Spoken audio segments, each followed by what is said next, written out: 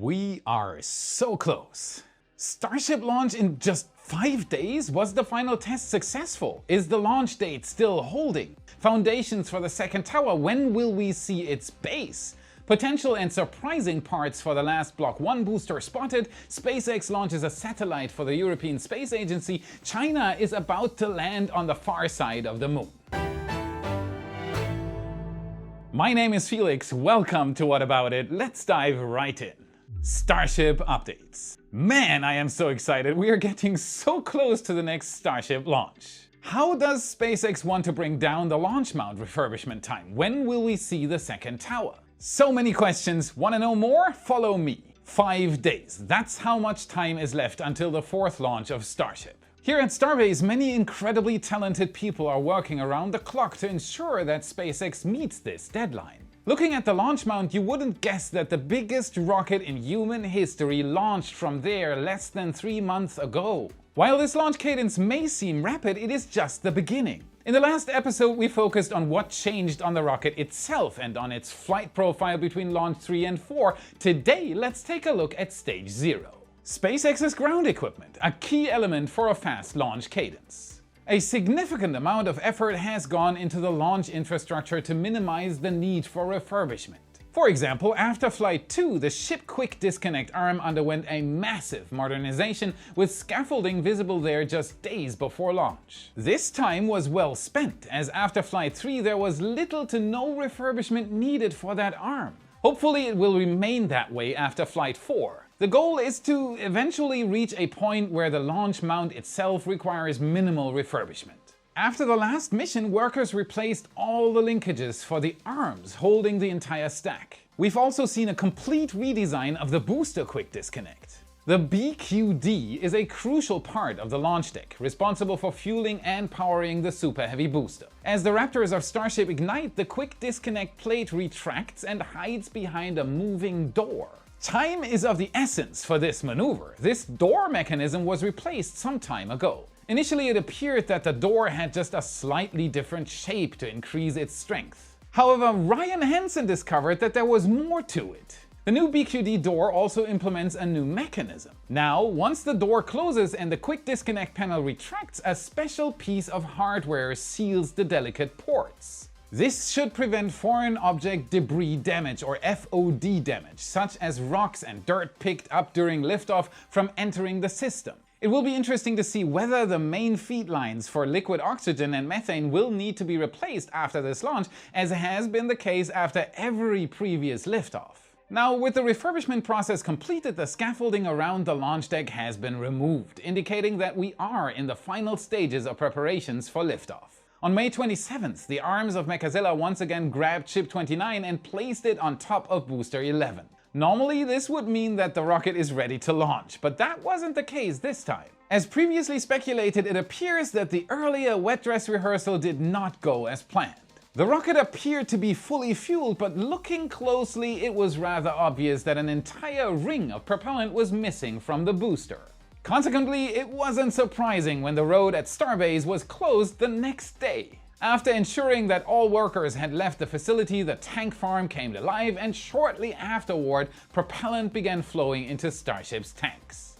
Here's a question that often pops up in the video comments after such a test. How long did it take SpaceX to fuel the stack? We'll take a look at this. In just 40 minutes, the prototype was almost fully fueled, this time clearly indicated by the frost line covering all tank rings on the booster. This time we also saw the detonation suppression system test, which usually indicates that the test was successful. In the following hours, Starship was detanked and the road was reopened. Yes! According to the Cameron County website, the rest of the non-flight closures were cancelled, further suggesting that the test went flawlessly this time. The day after the test, Ship 29 was once again destacked. It still requires some tile work and, most importantly, needs to receive its flight termination charges. Hopefully these won't be needed during the flight, but it's always better to be safe than sorry. Now, speaking of safety, the Federal Aviation Administration confirmed in an email to Adrian Beil from NSF that the third launch of Starship did not compromise public safety. Thanks Adrian, much appreciated. This is excellent news, as it means that SpaceX is not required to submit a full mishap investigation report to receive a modified launch license. However, it is important to remember that this statement itself isn't a green light for launch. SpaceX still has to go through the usual process of applying for a launch license, which will likely be issued just a day or two before the launch. As of recording this video, new flight closures have been announced for June 5th, with backup opportunities on the 6th and 7th. This means that our current no earlier than or NET date is still the 5th, and so far it looks like SpaceX will be able to stick to it. What do you think? Will Starship launch next week? Place your bets in the comments. Once the fourth Starship finally launches, we'll likely have to wait another 2 months before SpaceX can prepare the launch site for the next one. However, this probably won't be a big concern anymore in about a year or so. Why, you ask? It is pretty simple. 1 + 1 = 2. While upgrading parts on the launch mount is a great option to increase the launch cadence, the action will become even more intense when the second tower goes online. Over the past few weeks, the other side of the launch site has received considerable attention. Thanks to Redline helicopter tours, we can see the incredible pace of work there from the air. The weather at Starbase is currently very unpredictable, yet our photographer John was still able to capture many interesting things. Do you notice that despite all this construction, things look surprisingly clean? This is because the suborbital tank farm is gone, and I don't mean that they removed a tank or two. Oh no, the entire thing has disappeared off the face of the Earth. You wouldn't even be able to tell that 2 weeks ago there was infrastructure capable of launching a Starship's upper stage right there. We can also see that indeed everything in front of the Gateway to Mars sign has been turned into a temporary parking area. This is likely where the sections of the tower will be staged before stacking. The most exciting thing here, however, is a hole. That hole. As expected, these are the foundations for the second orbital launch integration tower, or OLIT. Over the last few weeks, workers have installed over 120 piles here. As you might be aware, the soil at Starbase is really not ideal for massive structures because it is quite soft. It's sand and mud. By installing piles, you can create a link that transfers the force exerted by whatever is on top into the deeper, more stable layers of soil. You basically bypass the soil you don't want to build on by placing pillars on top of the soil layer that's stable enough to take the weight. In this case, SpaceX has decided to use the Continuous Flight Auger method, or CFA for short. Creating such a pile isn't that complicated. All you need is a machine equipped with a long, hollow auger. As the auger spins and is forced into the ground, it removes the soil while preventing the hole from collapsing. Once you reach the final depth, concrete starts to flow through the hollow shaft, and the auger is slowly retracted, creating a pile. Easy, right? Concrete alone would crack over time, so workers add rebar cages to reinforce the structure before it sets and hardens. Once the piles are completed, a special machine removes the top part of the concrete, exposing loose rebar. The rebar is then bent into an L shape, more rebar is added to connect it to the structure itself, and finally concrete is poured to create what's known as a pile cap. As you can see in our pictures, a concrete mixer is positioned right next to the foundations of the second tower. However, it is unlikely that we're already at the main pile cap construction phase. If that were the case, we'd likely see rebar shaped like the base of the tower. Instead, this is very likely plain cement concrete, or PCC, a layer that separates the pile cap from the ground and allows workers to insert blocks that will be used to rest the rebar on. Once that is set, workers will likely swarm in to create the actual structure from rebar. During the construction of the first tower, this process took only a few days. As such, it is possible that during our next flyover, the pile cap will be ready. It will be interesting to see whether the base of the new tower will differ from what we saw with the first one or with the one from Florida. Now, before I tell you more about work required to finish the second launch site, here is a quick word from our sponsor. We just talked about unpredictable weather at Starbase, which can sometimes make it very difficult for us to find a flight window for our Redline heli. And that is the very reason why the Y team uses today's sponsor, MyRadar, to keep us informed on new developments. With MyRadar, you know the weather, and so do I. See all that? That's what we use, and it's way better than tuning into your local TV weather report. report. I start my morning with my radar TV for high-def radar and detailed weather forecasts. If I'm in a rush and our heli flight is only minutes away, I simply ask my Amazon Alexa to load my radar and listen while I prepare. I feel safer when I'm out chasing the space race thanks to the app that alerts me about critical weather and disaster warnings, letting me track hurricanes, wildfires, flights, and even satellites. My radar takes the guesswork out of my planning. It is the one-stop solution for everything weather. Gain foresight and peace of mind with my radar before the 4th Starship launch. Stay ahead, stay informed with my radar. You're not just informed, you are prepared. And you know if the Starship will launch. Oh, my radar! Alright, enough of weather. Believe it or not, this is just the beginning of the piling process. They started with the tower because it requires the most work, but the whole area around it will likely also receive a significant number of piles. These will be less densely packed, but we should still expect to see them in the hundreds.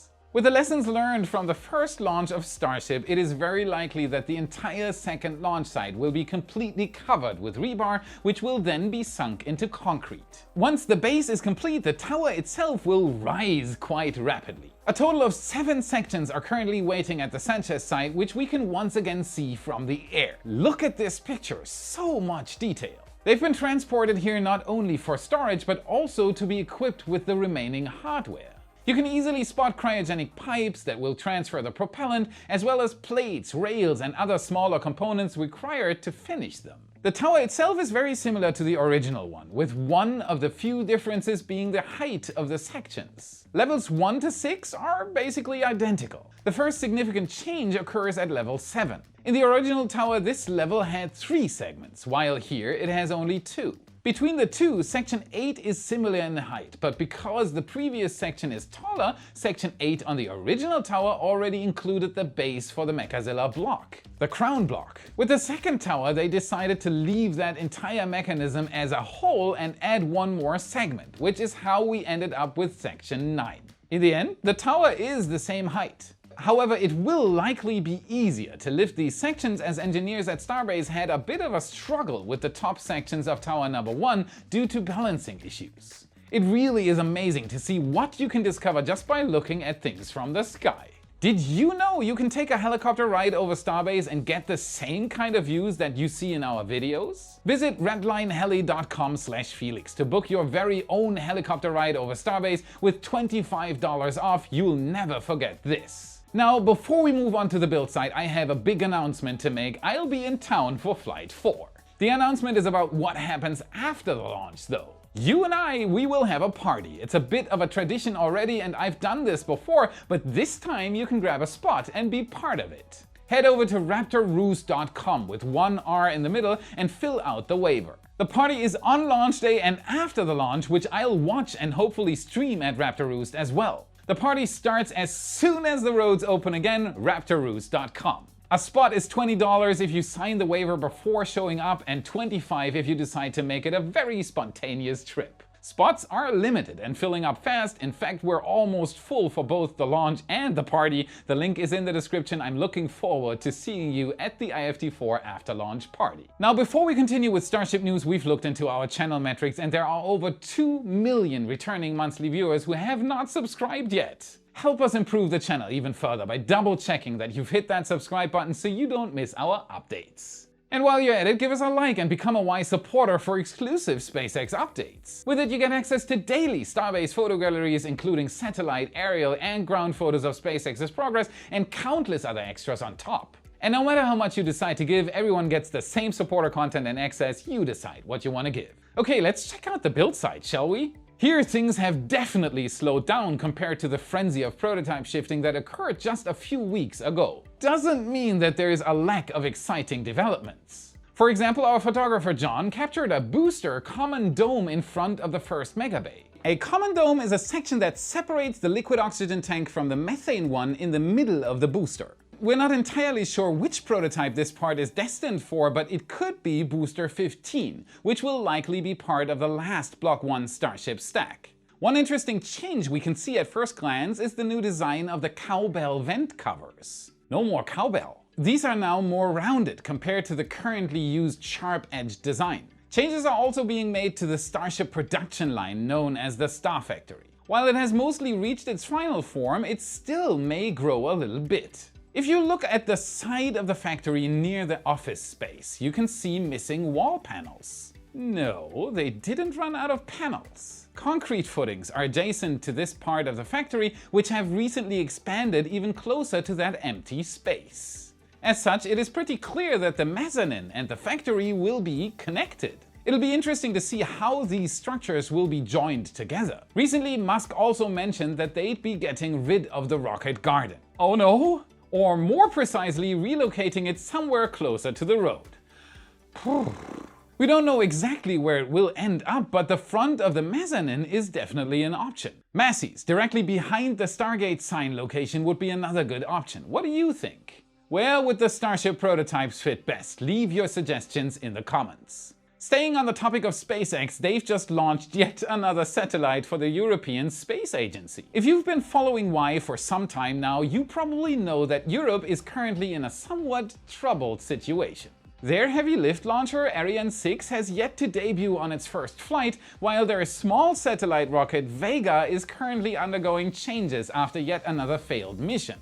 Stuck between a rock and a hard place, this has forced ESA to shift a few payloads to rockets from American companies. One of the most recent examples is the Euclid telescope, which launched last year on board Falcon 9. Now we have another such example. EarthCare is a satellite designed to study clouds and aerosols in our planet's atmosphere. Originally, this spacecraft was supposed to be launched on a Soyuz rocket. Then, after Russia's invasion of Ukraine, it was moved to Vega C and finally it ended up on Falcon 9. Despite all these shifts, the launch itself went perfectly, placing the satellite into a sun-synchronous orbit. The booster used during this mission has the serial number B1081. It is relatively fresh, with only 7 flights on its record. Yes, we've reached a point where 7 flights qualify a booster as green behind the grid fins. With all these launches, it was easy to overlook one pretty important thing. Believe it or not, this was actually the 13th Falcon launch of this month, setting a new all-time record for monthly launch cadence at SpaceX. This milestone was supposed to be achieved close to the end of this year. If SpaceX manages to maintain this launch rate, they could easily complete their plan of 144 launches in 2024, fingers crossed. Lastly, we have a quick but very important news piece regarding China. While the Chinese government's lunar program is not receiving much attention in the mainstream media, it is continuing to make progress. At the beginning of May, they launched a mission named Chang'e 6. It consists of an orbiter and a lunar lander equipped with a drill and sample collection mechanism. The main goal of this mission is to land on the moon and collect up to 2 kilograms or 4.4 pounds of soil and rocks. These samples will then be transferred to an ascent stage, which will return to the orbiter, bringing the samples back to Earth's orbit and releasing the re-entry capsule. While this type of mission has been achieved multiple times, there is one key difference with Chang'e 6. China aims to land and recover samples from the far side of the moon, something incorrectly referred to as the dark side of the moon.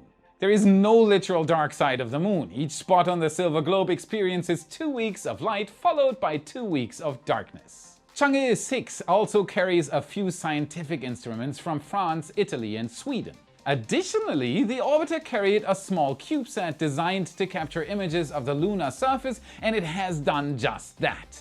Images shared by the Chinese Academy of Science also revealed that the lander is equipped with a tiny lunar rover that they hadn't previously announced. The landing was originally scheduled for around June 25th. However, there are some rumors that it could be attempted as early as June 2nd. Moon landing missions typically have a low success rate, but this time they might be able to pull it off. The predecessor to this mission, Chang'e 5, successfully returned samples back to Earth, so it should be a walk in the park, right? That's it for today. Remember to smash that like button, subscribe for more awesome content. It is what fuels the algorithm and it helps us immensely. Check out our epic shirts in your favorite Space Nerd store. A link is in the description. And if you want to train your space IQ even further, watch this video next to continue your journey. Thank you very much for watching, and I'll see you again in the next episode. Launch integration tower. Let me see if I can. Opened. All right, give me a second. I gotta focus. Focus. I can do this. That is what it does. Rebar on. Yes. And nice blooper. Oh, come on.